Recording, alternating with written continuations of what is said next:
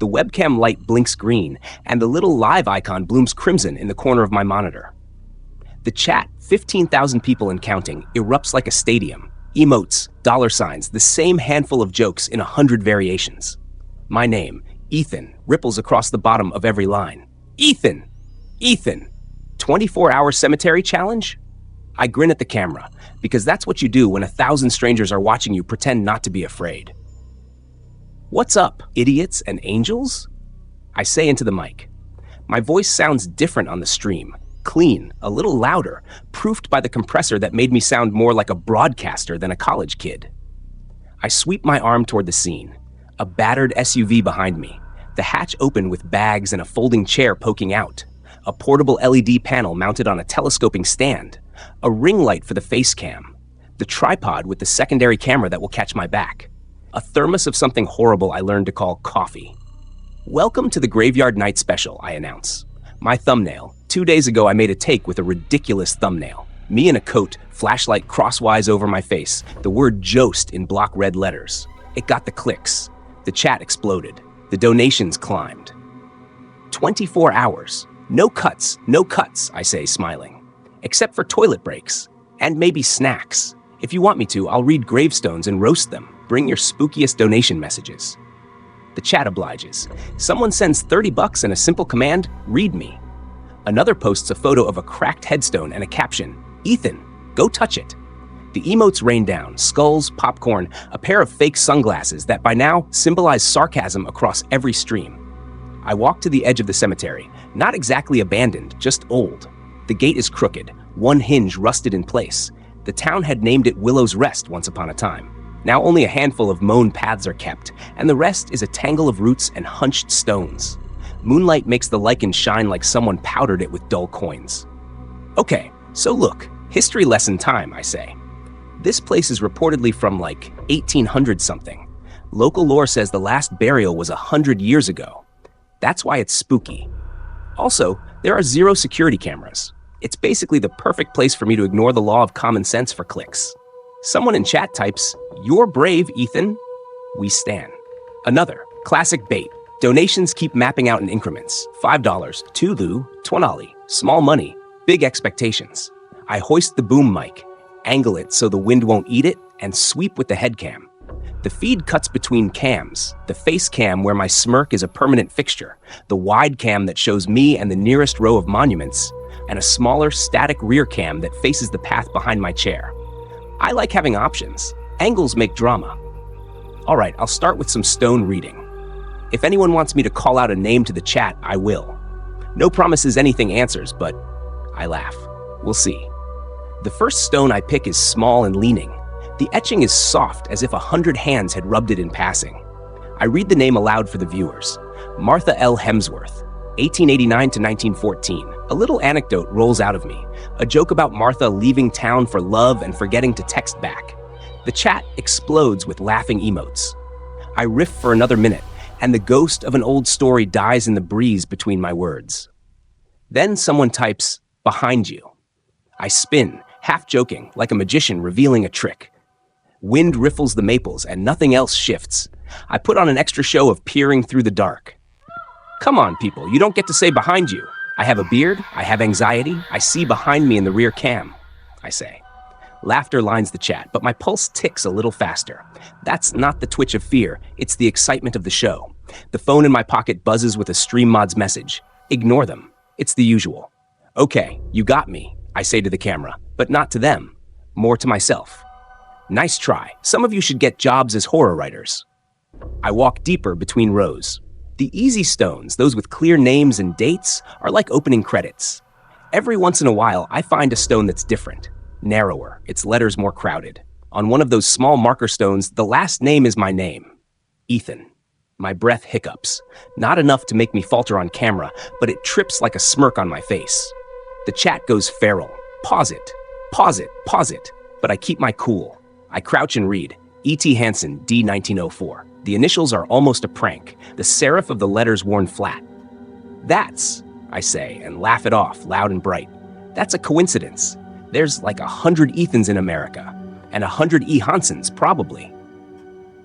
A donation pops in, $50. Check the rear cam. I see a man by the willow. The timestamp freezes on the rear cam. My stomach does a little roll. There's, at the edge of the arc of moonlight, a vertical smudge, an impression that could be a tree, a shadow, or a person. The wide cam is angled wrong to catch it. I toggle the feed to the rear cam for my viewers. The image is grainy, the rear cam is cheap, but people are insistent. He's by the tree, closer. He's looking. Thousands of eyes trained on that smudge. Okay, I say to the stream, because I can't not say anything. Okay, this is why we put cameras everywhere. For now. I force the laugh. We film. The man is probably some drunk guy or the groundskeeper. Or like a murderer. Hope not, because murder's expensive. I walk toward the willow. My headlamp carves a cone into the dark, and in front of the tree a figure stands. At first, it's just the negative space where nothing should be lit except moon. Then, like a silhouette eaten out of the night, a person sits up in the frame. Tall, straight-backed. The chat switches from emotes to capital letters. My viewers begin to flood the overlay with the kind of messages that make moderators' palms sweat. Move, leave, run. I stop maybe 20 feet away. The figure doesn't move. Hello? I call, more curiosity than fear. The sound of my own voice feels small, swallowed by the open night and the hum of insects. The figure tilts its head. The first time I see detail, it's wrong. The face hasn't the contrast of human light. It's like a smear of plaster, features suggested but not formed. The jawline might be there. The eyes are hollows, not pupils. The movement when it returns my greeting is almost too smooth, like an old marionette wound too tight, pivoting at a single joint. I can feel my viewers physically leaning in. Donations spike. People like something when it becomes real because reality is a commodity they can trade in. Screams, watches, disbelief. I suppose I do too, on some level. My palms sweat and my fingers find the camera body as if for purchase. Sir, I call again, because it's what you do if you're a person raised to believe in decency and protocol. You okay? This is private property. The figure doesn't answer. The head tilts, and from the corner of the wide cam's view, I see something I don't want to see. Another shape, darker than the dark, stepping from between two headstones. A fragment of movement, a suggestion of a shoulder. Chat explodes with a new chorus. Two. There's two. There's more. My throat tightens. Not a shout. Not yet. A complaint. A manual trying to upstairs my sense of direction. The rational part of my brain files through options. Actors in on the bit, a group of kids making a prank, optical illusions, cheap cameras seeing more than they should. The other part, an animal of old bone-deep caution, tries to get me to move back. Guys, I say into the mic, and my voice is the kind of steady that goes down in stories as the brave thing to do. This is getting weird. If someone is behind me, if someone's messing with me, step forward. Let me see you. I promise funny text to donations. A moderator pings me privately. Ethan. One of the viewers says the figure's closer now. On the rear cam, the message stops, unfinished. I swing. The rear cam has captured something the wide cam didn't. The pale figure is closer. Closer by measure. Not a few feet closer in space, but closer like the film had been rerun, or the world had a glitch. Its head is at chest height now, where minutes ago it had been beyond a tree. The movement is not a walk. It is a succession of tiny, mechanical shudders, as if the world is skipping frames and the figure is trying to catch up. For the first time since I started streaming seriously, I don't have a line to sell.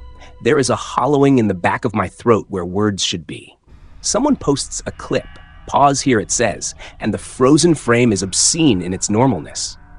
Ethan, mid-smile, mid-breath, with the pale silhouette behind him like a bad watermark. I laugh then, not because something is funny, but to see if the laugh will break the spell. It doesn't. Okay, I say, smaller. Okay, that's good content. I force the tone back to a joke because jokes have momentum. Sometimes they become an engine you can get out of before it explodes. All right, this is great. Whoever you are, whoever's messing with me, tell the chat a joke. We'll split the pot. No joke returns. The figure remains patient, as if hearing something farther away, something only it can understand. Behind it, more silhouettes resolve and dissolve like black tide. Standing between stones, hands may be folded, maybe empty. The chat doesn't know what kind of quiet to be. It starts to ask for names. It starts to call the thing behind me by every name it has. The donations continue. The night stretches, and within that stretch, The cemetery starts to feel smaller, folded in, like a hand closing slowly. I look at the camera and at the little red live dot and realize that 1,000 people are watching me walk into a place that, in the way a story tells itself, is no longer mine to control. All right, I say, because it's the only word that announces I'm still here. Stay tuned. Don't go anywhere. I tell myself one more round won't hurt. One more stroll, one more joke, one more slow pan across the graves to feed the chat the thing it wants. Movement, discovery, the sugar high of fear when the monster finally answers. I keep walking, the halo of my headlamp bobbing. The wide cam bounces its own light across names and dates. The rear cam keeps the smudge frame in the corner of view like a punctuation mark. Every so often, a viewer pastes a timestamp with a little caption. Look now, he's nearer. Pause at 3412, eyes. They're instructing me, and I follow. The path narrows, moss cushions my shoes, a moth bats my cheek and scatters like spilled ash. Up close, the stones smell alive, not earthy, but the dry, metallic scent of history. A family plot appears, ringed by a low iron fence. Inside, a stone the size of a person leans like a slouched monarch. The name is carved deep, Hansen. My stomach makes a small, inappropriate noise. I crouch down. The camera tilts with me and the chat goes quiet in a way that translates as tens of thousands of fingers hovering above keyboards. Someone types, "Don't." Another, "Touch it." A donation follows, $100, and the message is simple. Touch it and survive, streamer boy. I reach out. The stone is colder than it should be. My glove squeaks as I brush the carved letters. Under my thumb, the grooves catch, and for a ridiculous, perfectly timed second, I feel like the protagonist in one of those games where you press the button and nothing happens, and then everything happens. When I look up, there's a knock in my chest that isn't mine, the same small, mechanical skipping that the rear cam has been showing.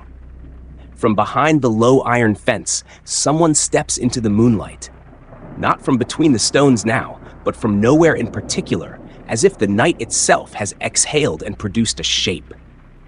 This one is closer than the others. Close enough that the wide cam catches the outline of shoulders, the slight slump of someone who's spent a very long time standing. Close enough that I can see what its face wants to be. A human face mapped on the wrong grief. There's no nose like an indentation. Where the eyes should be, there are dark hollows that promise depth, as if you could look in and get lost. The chat explodes into 1,000 different panics at once. Run. Don't turn around. For God's sake, I turn anyway. Of course I turn. If you stream, the impulse is to perform the human thing, to show your viewers the honest, raw reaction. To not stage it is an ethic, a tiny, stubborn one. I can't betray. It's closer, much closer. Close enough that the air around it refracts like the heat shimmer on a road, but cold, like the image of something seen through water. Its mouth, if I can call the ragged cleft a mouth, moves. Not words, but a pressure, a soft breath that ripples across the collar of my jacket. My throat closes. My hand steadies on the camera because the need to keep filming is like thirst. People are typing names now. Names for it. Names for me. Accusatory pleas. A moderator's message pings into my side app. Ethan, disconnect. Will host. Get out. I thumb back. No, I'm fine. My fingers are trembling so badly the letters blur. The figure steps forward and the sound hits the mic. Paper slow movement, the rasp of fabric, the crack of old bones grinding. The stream's audio picks it up, and the compressor squishes it into a low, wet undercurrent. On top of it, an old radio frequency squeal, like two frequencies fighting, splices the voice into a tide. I try to record it, to note the time, to narrate. Who? I start, and the voice that returns is the worst possible sound, like someone speaking through wet cloth in a broken speaker, saying my name in a half-remembered way. Ethan, it says. The syllable stretches and bends. The chat stutters into chaos. Thousands of people whisper my name in emotes. My left shoulder goes numb. I feel something. Not cold, not warm, but an absence of heat, like a place where warmth has been pulled out with gentle fingers. It slides along my jacket from the shoulder down the sleeve. It's like being touched by winter on a personal scale. I flinch and grab at the fabric, but my hand meets nothing. My palm slides over my arm as if it's touching fog that's not there for anyone but me. Someone in chat clips the rear cam. In the tiny window, the pale figure lurches, and for a frame, a single frame, nothing more, there's a face inches behind my shoulder. In it, the mouth is a perfect black, like the camera caught a hole. Emotes freeze, then melt back into panic. I run the camera up to my face to use the face cam as a mirror. My beard is a ragged shadow. My eyes look enormous because of the lens, and the pupils are wide with too much of me left in them. I try to laugh because laughter shapes fear into something manageable. It fails. Okay, I say to the mic like I'm bargaining with an ATM. Okay, all right. My voice is a slurred tape. Seriously, guys, help me. Which way? There is finally a human voice among the millions. My mod, Priya, yanking my name in the chat. Ethan, you need to pack up. Now, we can end the stream. We can... But words on a screen are small.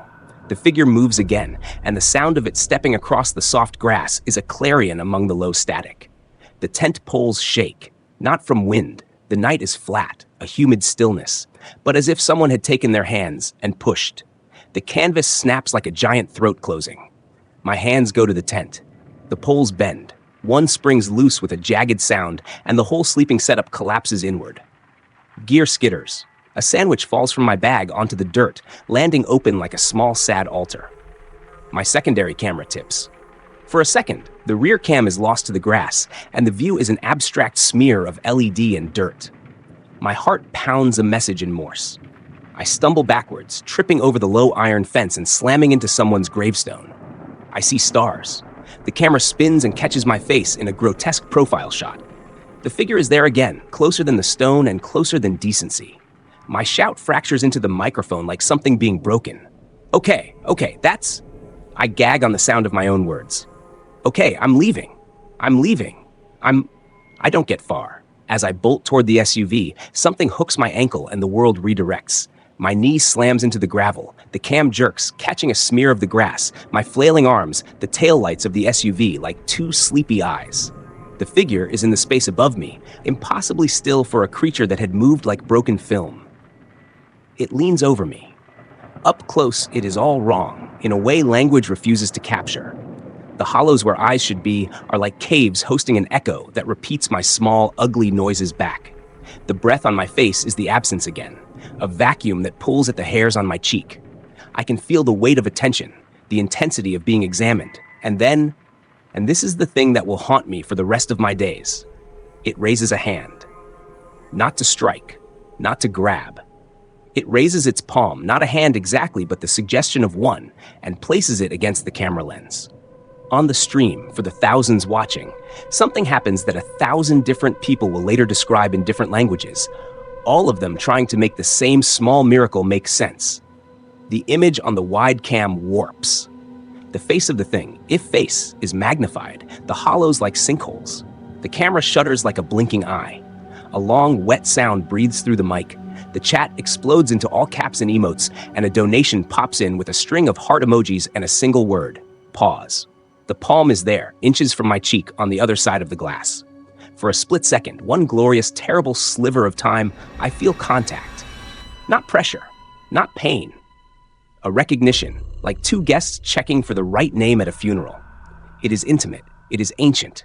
It makes me small in the best and worst ways. Then the palm draws away. The figure makes a little sound like laughter, like a record stuck on a sad old joke. It steps back once, twice, and the rear cam, the cheap lens that had been my faithful coward, records it. Retreating, folding into the stone shapes, losing height like a tide. The sound crescendos into a metallic, grinding echo, and then, like an old movie finally unspooling, the feed skips. For a hair of a second, all three feeds stutter, and then the live overlay splits into 1,000 tiny colored boxes when the software tries to compensate. Static eats the audio. My headset fills with a ringing like being underwater. Ethan? Priya's voice cuts through the glitch like a line in fog. Ethan, can you hear me? I can. I can hear everything now. My ears hum with the thousands of chat notifications and the singular ancient quiet of the cemetery. My scalp crawls. I force myself up. I clamp the camera back to my shoulder.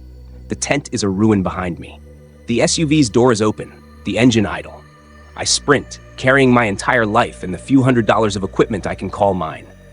Behind me, the figures stand like a chorus at the edge of a dream, silent except for the whisper of cloth and the groan of old hinges.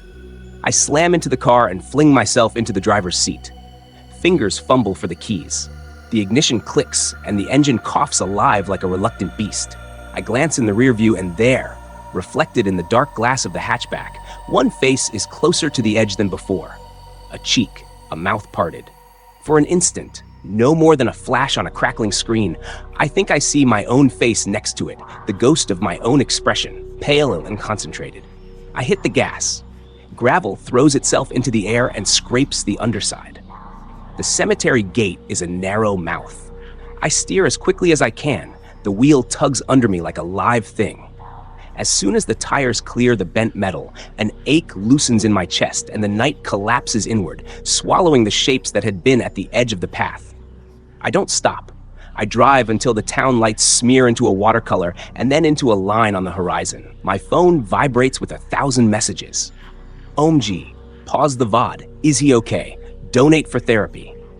Priya is in the car with me now. She's there because she is the only moderator who trusted me enough to come, and because someone had texted her, if it's real, get him. And her hand closes over mine, and it's normal, flesh and warm. When I finally unlock the stream from the dash and look at the playback, the archived video is still live, archived and sitting there like a wound. Thousands of new viewers have already clipped the best frames. In frame 3412, if you freeze it exactly, my face is a contortion of disbelief and joy and terror. Behind me in one frame are faces that aren't human at all, ages superimposed on angles. In the comments, someone has noted the timestamp and put a glyph beside it, like an offering. I drive home with my headlights on and the stream still running in the passenger seat, a little red dot glowing like an eye. My chat is a chorus of commentary and speculation. My channel dings as subscriptions flood in. My phone buzzes with DMs. News crews, late-night shows, an old man offering an explanation about Willow's Rest, a woman insisting she grew up 2 blocks away and knows the history of the Hansen stones. I turn the camera off only when the light outside my window is nearly the same hollow silver as the moon.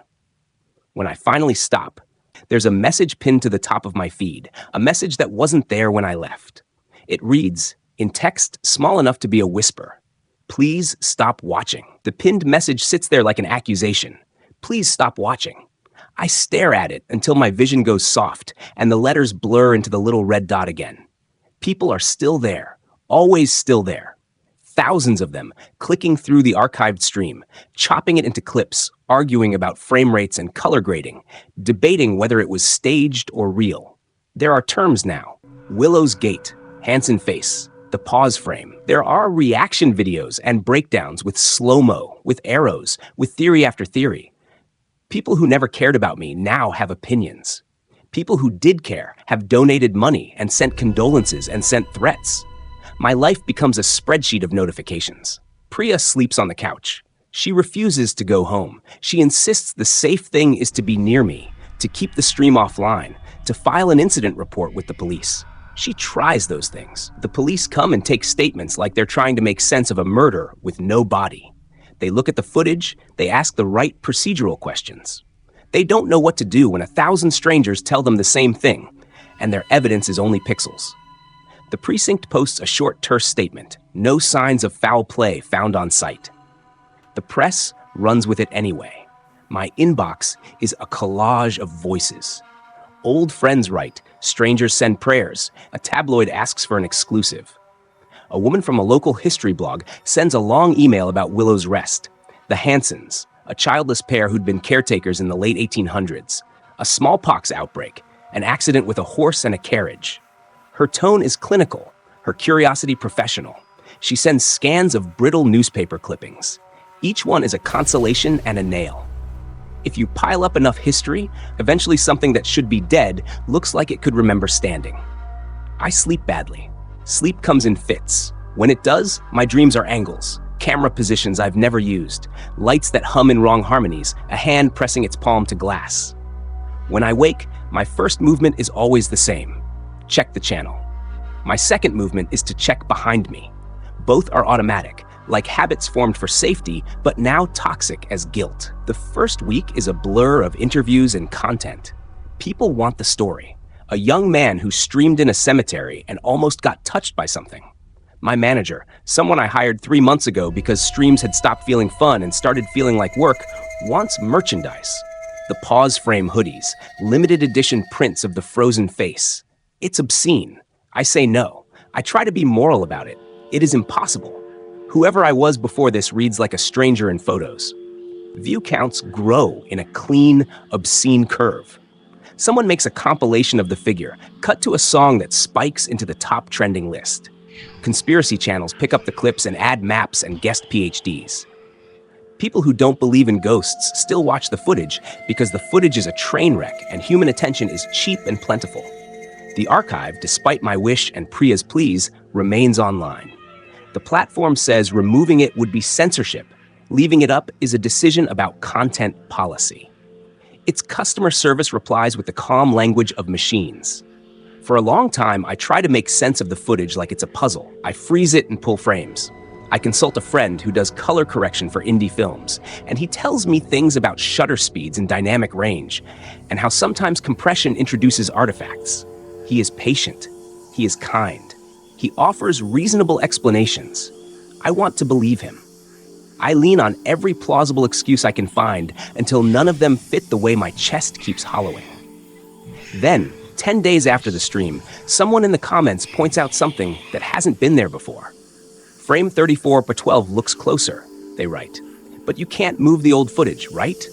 Hundreds respond. Some say they don't see it. Some say they do. A small group posts side-by-side freeze frames, one taken from an archive downloaded on day one, another captured just now. The two are identical, except for one tiny, terrible difference. The pale figure is a hair's breadth nearer in the later capture, like a photograph exposed again and again, each time the subject leaning a fraction toward the lens. A few people accuse trolls. A few say the site's compression changed. We test it, download, compare checksums, call up people who know the machines. The pixels don't lie. The files are the same size, metadata unchanged. Still, the figure steps forward. I start sleeping with the bedroom door open. The house feels wrong. Once, when I half woke, I thought I saw motion in the window, a smear that could have been a person pressing the glass with a palm just like the one in the stream. I sat up so quickly, the lamp tipped. For a minute, the world was only brushstrokes and breathing. I told myself I'd had too much coffee. Priya told me to go to a doctor. My mod told me to stop watching the comments. Then, one night, a message thread blows up on my phone. It's from a viewer named @PaperLantern71. She writes, "He's in my window." She posts a photo, grainy, taken through curtains. At first, it looks like blotched condensation. Then she circles a shape and zooms, and there it is, a smudge of pale where there should be a dark pane. A hand-shaped blur pressed on glass, edges soft as if seen through frost. Her captions ripple with the language of someone who's scared and has internet to confess into. She's in Ohio or Texas or somewhere with time zones I don't bother matching because the night keeps eating time anyway. She says she paused the archived video and then looked up and there are more messages like it. People from across the world write that when they watch the pause frame and then glance away, they feel watched. A user posts a shaky clip. He paused on 34/12, then his cat stopped mid-meow and looked at a corner of the room like a hunter scenting. Hackles up. Someone claims the figure blinked at them from the paused frame. Another says the figure was behind her mother in a Zoom call, just for a second, reflected in the glass of the monitor. At first, I think it's contagion, a meme of fear. Human minds pattern match. Once given a prompt, we find patterns everywhere. Maybe the pause frame is a Rorschach. Maybe people primed themselves to look for the figure in their own glass and saw only themselves. That explanation should have been solace. It wasn't. One morning, a delivery arrives for me. A package with no return address. Inside is a cheap, warped Polaroid. The photo is of my old setup in the cemetery, taken from a vantage I recognize, a place a viewer could see only in the archived video. In the foreground, my sleeping bag is a rumpled presence. In the background, the pale figure stands, closer than it had been when I left. Someone had been there, watching me sleep and taken a picture without leaving a footprint. I tear the photograph in half and flush it down the toilet. The piece is not in the pipes. Something whistles and then goes quiet. Priya calls the locksmith, changes the locks. I put up new curtains and tape cardboard over the back windows.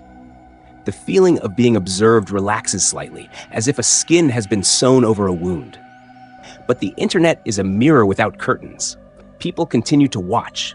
The hungry geometry of it compels them. Months pass in a blur of pseudo-replication. Other streamers attempt their own cemetery nights. Some stage them, some fail spectacularly. A few claim to find figures in their footage. None of it feels like solace to me. Every new clip adds volume to the thing. The pause frame evolves into a myth, fans making maps of where figures had been spotted, a playlist stitched together from dozens of bent realities. I make the mistake of watching one of the fan compilations. At the end, someone slowed my own capture and spliced in a frame I don't remember. My face gaunt and hollow, and behind me, impossible, another me, exact in beard and eyes, smiling like a man who is content to be a ghost. After that, I stop going live. I stop updating my audience. Subscribers climb anyway. Comments multiply like algae. People write fiction about me. Someone creates a subreddit dedicated to theories and calls for me to prove I'm alive by waving at a camera at a specific time of night. Priya sits with me and turns off the phone until her hand cramps. Even with screens down, the world leaks. I see movement in the reflective surfaces of things. A window, a blacked monitor, the polished lip of a coffee mug. Always a suggestion. Once in a cafe, a woman at the next table freezes and looks over her shoulder. Not at me, but at something I can't see. Her face drains of color like a coin left too long in vinegar. She mouths something that might be my name. Her phone shows a paused frame I know by heart. It's the tiny acts that break me. Clients still email, asking for sponsorships. They offer money so I can monetize the myth. I snap at them in a way that embarrasses me. An old high school friend calls to say that people at their office have been watching the frame during breaks and describing dreams. A well-meaning journalist suggests that publicity might be the remedy, that if we demystify it, if we explain the mechanics and the cameras and the compression, it will go away. None of it does. Demystification is not the same as control. I go to the place once more. I tell myself I have to. It's not bravery. It's more practical. If something had touched me on camera, maybe seeing again, carefully, with control, would let me close the loop. Priya comes. Only this time, I go alone. We stand at the gate, and for the first time I see the cemetery as more than a set. It's a place made of bones and words and weather. I walk inside with a different lens, a handheld camera, no live broadcast, no audience, just me and the recorder. It feels like confession. The stones are the same and not the same. Moss has crept, a small bloom, a few chips of grit, minor change, the sort of thing time does routinely. I go to the family plot. The Hansen stone is the same. I feel nothing.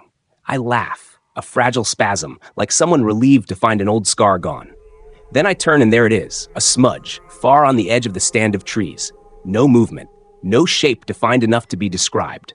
I lower the camera. A soft sound from behind me, not wind, like fabric sliding, like pages turning. My pulse jerks into my throat. I spin. At the edge of the iron fence, by the same slouching stone, the figure stands. Not close, not touching. Close enough to be human in scale. Close enough that when it turns its head, I feel again that absent warmth on my skin. This time it's different. The shape doesn't try to hide. Its jaw articulates. Its mouth curves into something like a smile. It is as if it is seeing me as a curiosity, the way one might look at an insect under glass. I raise the camera because it is how I know to be human. I film it because seeing is the first defense I have left. For a long time, we regard one another. No lights, no lenses except mine, just the sound of insects and a dog barking in the town that is far enough away to be trivial. Then slowly, impossibly, the figure lifts its hand and presses it against the inside of the iron fence. Its palm is a hush of whiteness. I am close now, close enough to read the way the skin is not skin but suggestion. My heart detonates in my chest. Why? I ask, which is stupid because why questions are for things that want reasons. The figure's mouth opens. It doesn't spook words so much as unspool a kind of memory, an impression, a name that wasn't a name. If there was meaning there, it was not for me. It was a sound like a river learning to be the ocean. The gesture, raising its palm, pressing to metal, was communication. It was like a photograph leaning toward itself. For a sliver of time, sitting on the fence between the living and otherness, it feels less like threat and more like notice. To be noticed is a kind of violence. To be remarked upon is to be catalogued. I move backwards without thinking. The camera trembles in my hand. The next thing I know, I am running. I'm not proud of that moment. Running is not an answer. It is a reaction. I throw myself into the car and drive until town is a smear of sodium lights, until the cemetery is a dent on the map. I don't stop until the sun is a fraction higher and my hands lose their tremble. I pull over on the shoulder of a road that looks out over the town and let the engine idle. It is noon, and people are going to work. Children will be walking past schools. Somewhere, a life continues intact. That night, when I finally pull the archive up again, because the internet is a tide and I am not immune to it, I watch the same frames. My chest has a hollow where relief should be. I pause at 3412, and my eyes go to the place where, when I filmed last night, the figure's palm had hovered. In the paused frame, something is different. At the very edge of the composition, half hidden by a column of dark trees that had always been there is a face I recognize.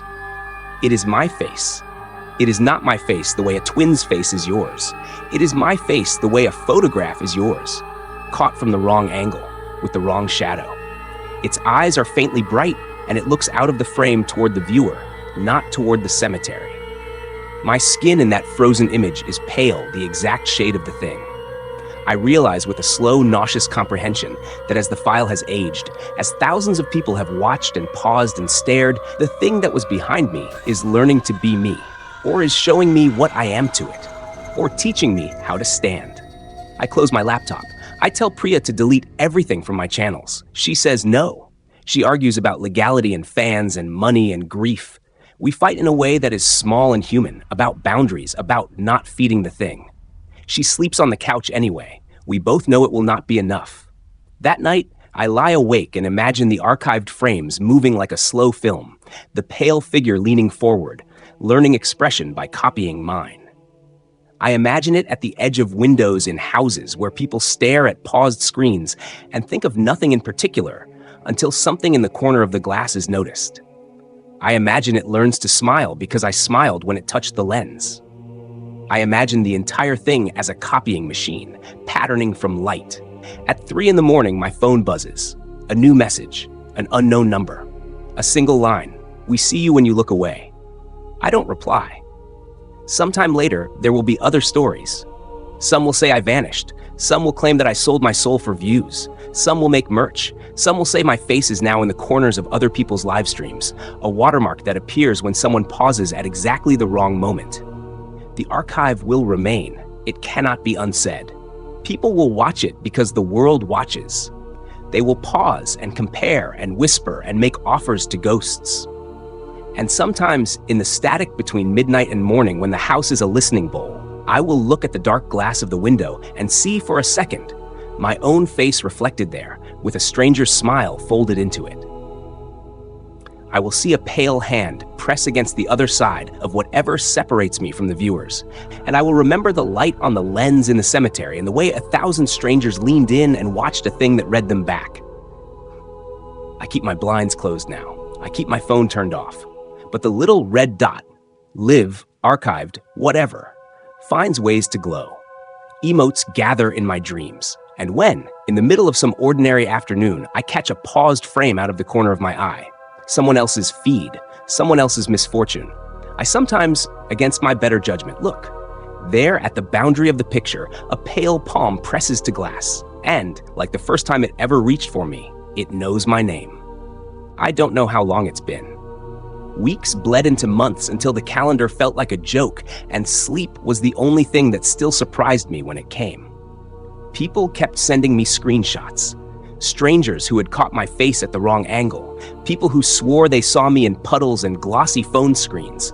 An old woman who wrote to say she dreamt of my voice reading gravestones. My name became a kind of stain that appeared under certain lights. Priya never left my side for long. She worked, she kept the door locked, she yelled when I tried to open the blinds.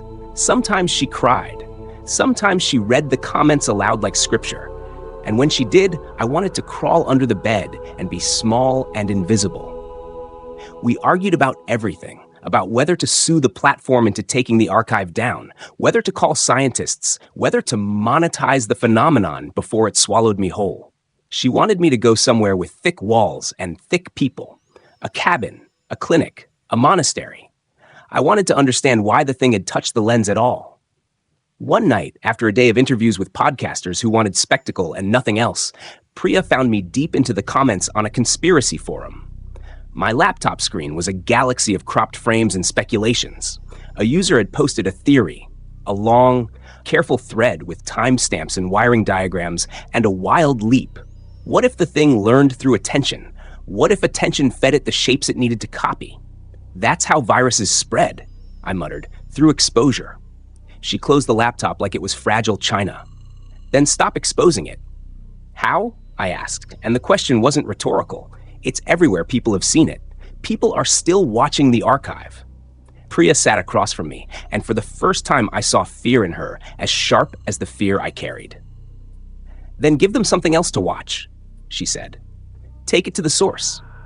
If the thing learns from being watched, then teach it something new. Teach it to leave people alone. Her logic wasn't exactly sound. It wasn't logic at all. It was a kind of superstition sculpted into a plan.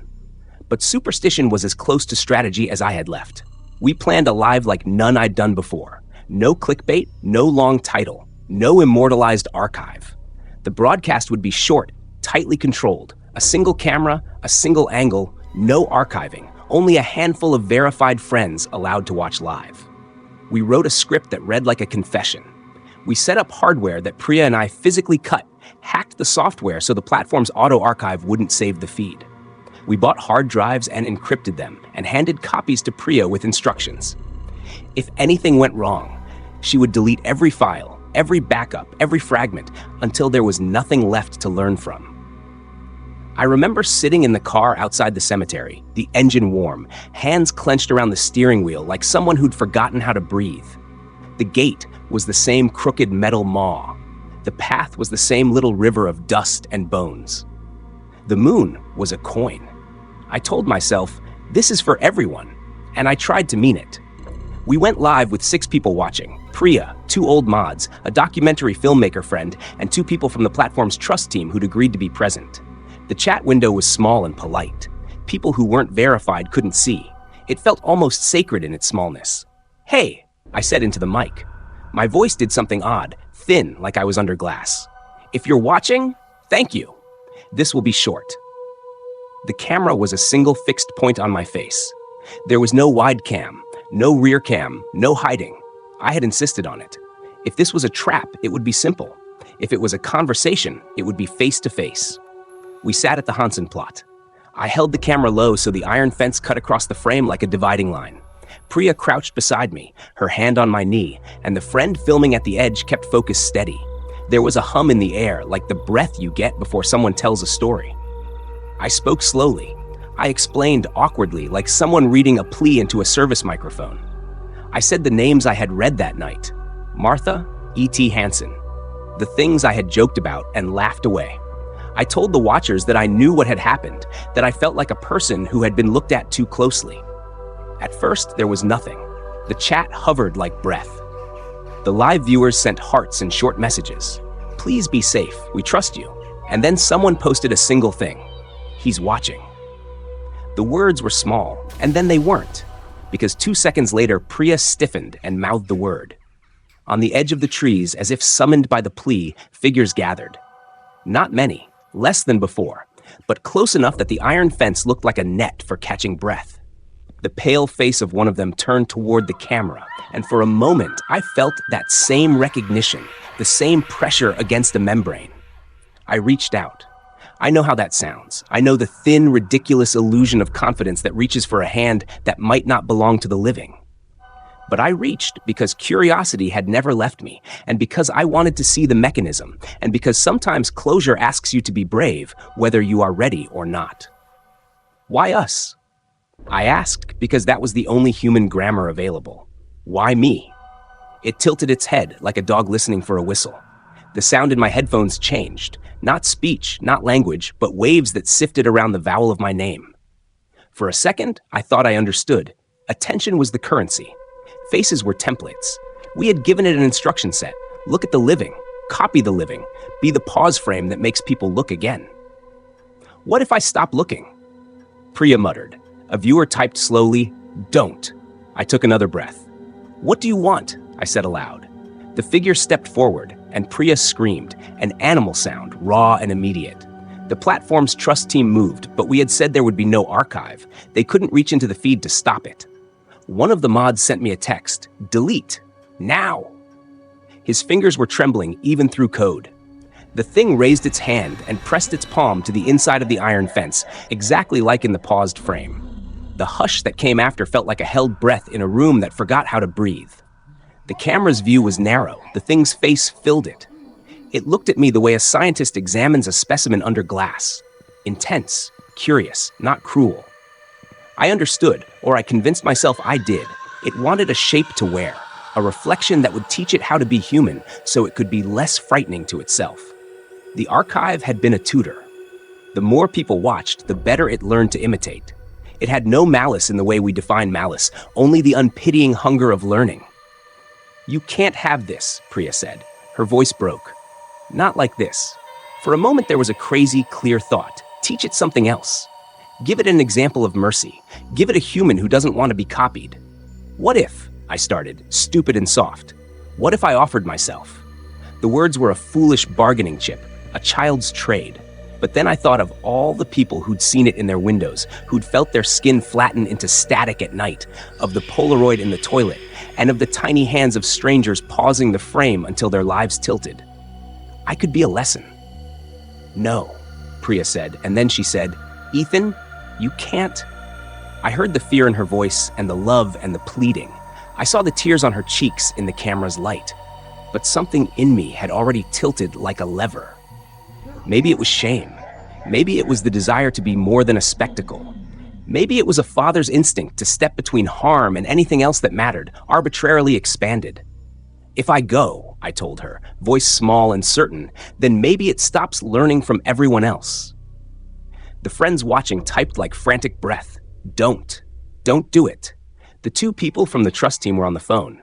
Their faces were white in the tiny video feed the filmmaker had turned on for archival sake, his hand shaking as he kept it rolling, because he couldn't not keep it rolling. I stood. The grass hissed under my shoes. I took a step forward and then another, across the thin ring of iron, and the thing, if thing is a word we can use, moved as if mirroring me. Up close, its face was not flat anymore. It was a study in fragile geometry, made of shadow and suggestion. I looked into the camera one last time, because that's what people do in stories. I wanted the watching people to see me choose, to understand that sometimes being brave is a contract, and sometimes words are all you get to sign with. "Tell them to close their eyes," I said. "Tell them to delete the archive. Tell them to stop feeding it." Priya blurred into motion behind me, a fierce woman trying to drag me back. Her hand caught mine, fingers like knotted rope. "Ethan?"